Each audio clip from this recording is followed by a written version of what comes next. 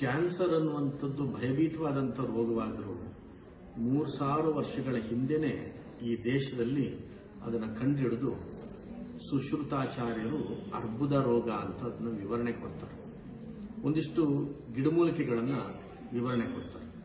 ಇವತ್ತಿಗೂ ಸಹ ಆ ಔಷಧಗಳು ಬಹಳ ಅದ್ಭುತವಾದಂಥ ಕೆಲಸವನ್ನು ಮಾಡ್ತವೆ.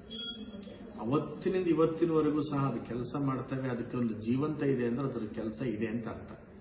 ಈಗ ಅದರ ಜೊತೆನಲ್ಲೂ ಮಾಡರ್ನ್ ಸೈನ್ಸು ಬಹಳಷ್ಟು ಬೆಳೆದಿದೆ. ಆಮೇಲೆ ಅಷ್ಟು ಅತ್ಯದ್ಭುತವಾದಂತಹ ಒಂದು ಮಾಡರ್ನ್ ಸೈನ್ಸು ತಂದಿದೆ, ಇಲ್ಲ ಅಂತಿಲ್ಲ.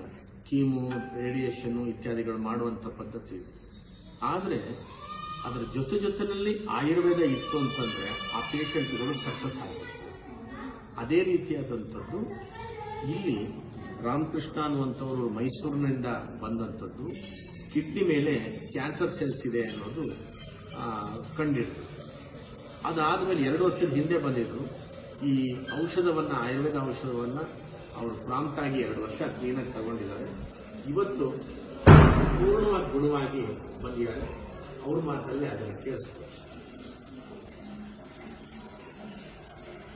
ನಮಸ್ಕಾರ.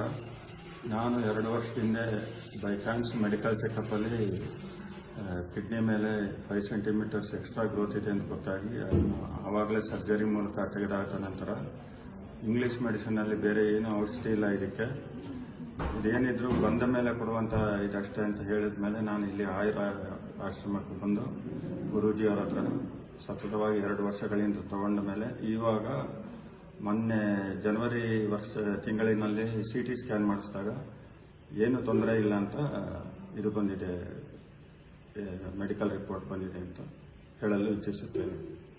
ಈಗ ನೀವು ಆರಾಮಾಗಿ ಓಡಾಟ, ತಿರುಗಾಟ ಎಲ್ಲ ಮಾಡ್ತಾರೆ ನೋಡಿ. ಈಗ ಎಷ್ಟು ಚೆನ್ನಾಗಿ ಅವರು ಊಟ ಗೀಟ ತಿಂಡಿ ಮಾಡಿಕೊಂಡು ನ್ಯಾಚುರಲ್ ಆಗಿದ್ದಾರೆ.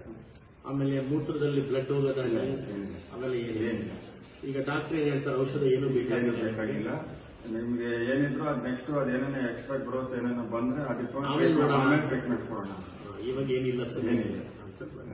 ಇದು ನಿಜವಾದಂತ ವೈಜ್ಞಾನಿಕವಾದಂತ ಪವಾಡ. ಹಾಗಾಗಿ ಕ್ಯಾನ್ಸರ್ ಮೊದಲನೇ ಸ್ಟೇಜು ಅಥವಾ 2ನೇ ಸ್ಟೇಜಲ್ಲಿ ಇದ್ದಾಗ ಅವ್ರು ಸಂಪೂರ್ಣವಾಗಿ ಗುಣವಾಗ್ತಾರೆ ಅನ್ನೋದಕ್ಕೆ ಸಾಕ್ಷಿ.